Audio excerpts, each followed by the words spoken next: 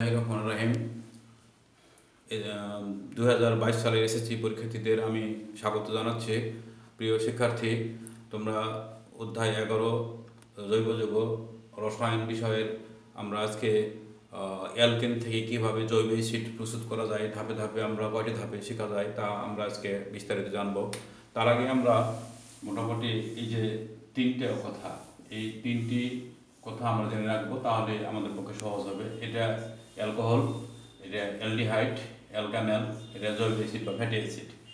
তাহলে আমরা কীভাবে অ্যালকেন থেকে জৈব অ্যাসিড প্রস্তুত করবো তার কয়েকটি ধাপে আমরা দেখবো। এখন তোমরা খাতা কলম নিয়ে রেডি হয়ে থাকো, আমরা দেখি। তো অ্যালকেন থেকে জৈব অ্যাসিড প্রস্তুত। অ্যালকেন থেকে জৈব অ্যাসিড প্রস্তুত করবো কিভাবে, এখন আমরা একটু ভালো করে খেয়াল করি। প্রথম ধাপ, আমরা অ্যালকেন CH3 এর সাথে ব্রোমিন যুক্ত করব সূর্যালোকের আলোকে উপস্থিতিতে। যদি এটা ইথেন থেকে আমরা ইথাইল ব্রোমাইড উৎপন্ন হচ্ছে। এখানে ব্রোমিন দুটো আছে, এখান থেকে হাইড্রোজেন একটা সরে অপসারণ করলে পাবো আমরা CH3CH2Br যোগ হাইড্রোজেন ব্রোমাইড। তার এটা ইথাইল ব্রোমাইড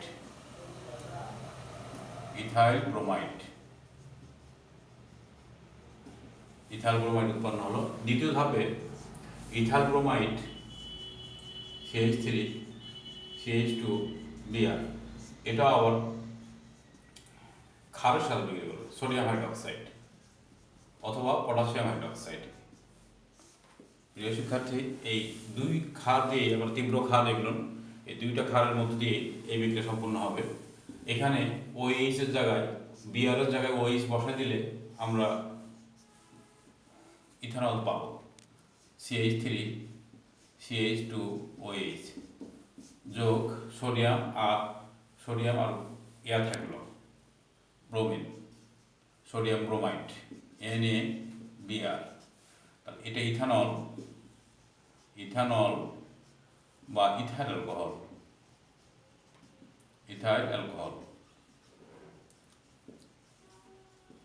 ইথানল বা ইথাইল অ্যালকোহল পাওয়া গেল। যদি আমাদের প্রশ্নপত্রে যে অ্যালকেন থেকে কিভাবে আমরা অ্যালকোহল তৈরি করব, তাহলে এই দুটা বিক্রিয়া লিখলেই আমার উত্তরটা যথার্থ হবে।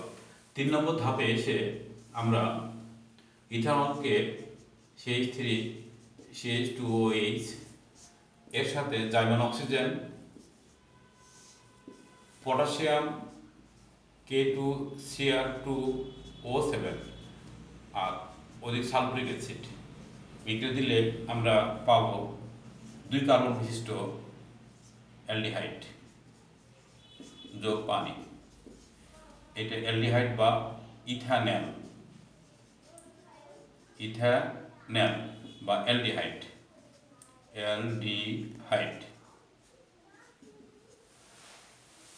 তৈরি হলো বা ইথানেল তৈরি হলো।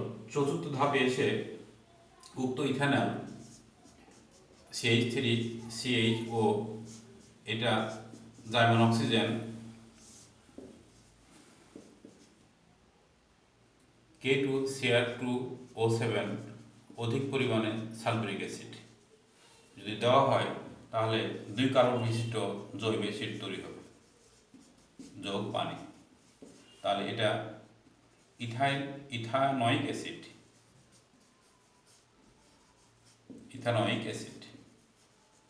বা অ্যাসিটিক অ্যাসিড।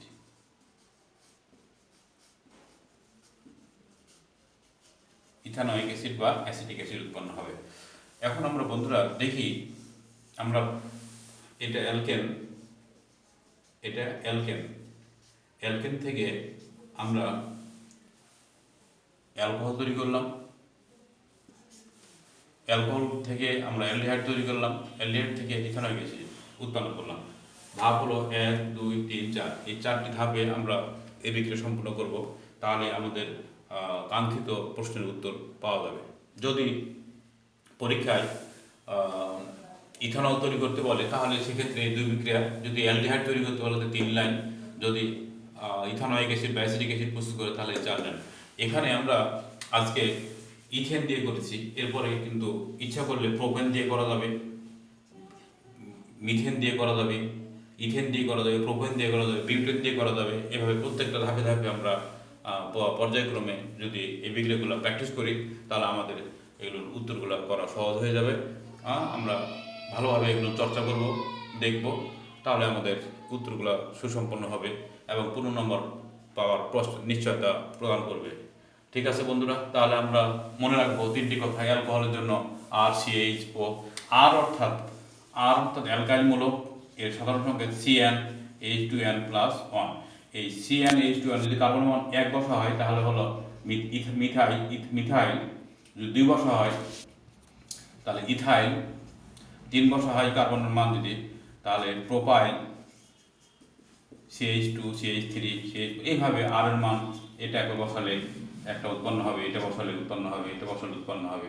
এই আর অর্থাৎ এটা দিব আর এইচ নল বা আইল উৎপন্ন হবে, ইথাইল অ্যালকোহল, মিথাইল অ্যালকোহল। এটা উচ্চারণের ক্ষেত্রে আমরা নেল উচ্চারণ করব, এটা উচ্চারণের ক্ষেত্রে নল বা আইল অ্যালকোহল উৎপন্ন হবে, এটা উচ্চারণের ক্ষেত্রে নেল হবে, এটা নয়িক। তাহলে আমরা যদি এটা বসাই তাহলে মিথানয়িক অ্যাসিড। এটা বসালে ইথানল বা ইথানয়িক অ্যাসিড। এটা বসালে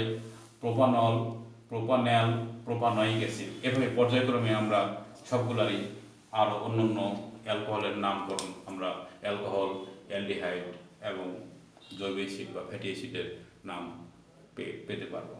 ঠিক আছে বন্ধুরা, আজ এ পর্যন্তই। পরবর্তী ক্লাসে আমরা এই অধ্যায়ের আর অন্য কিছু নিয়ে আলোচনায় আসবো। সবাইকে ধন্যবাদ দিয়ে আজকের ক্লাস সমাপ্ত করছি। আসসালামু আলাইকুম।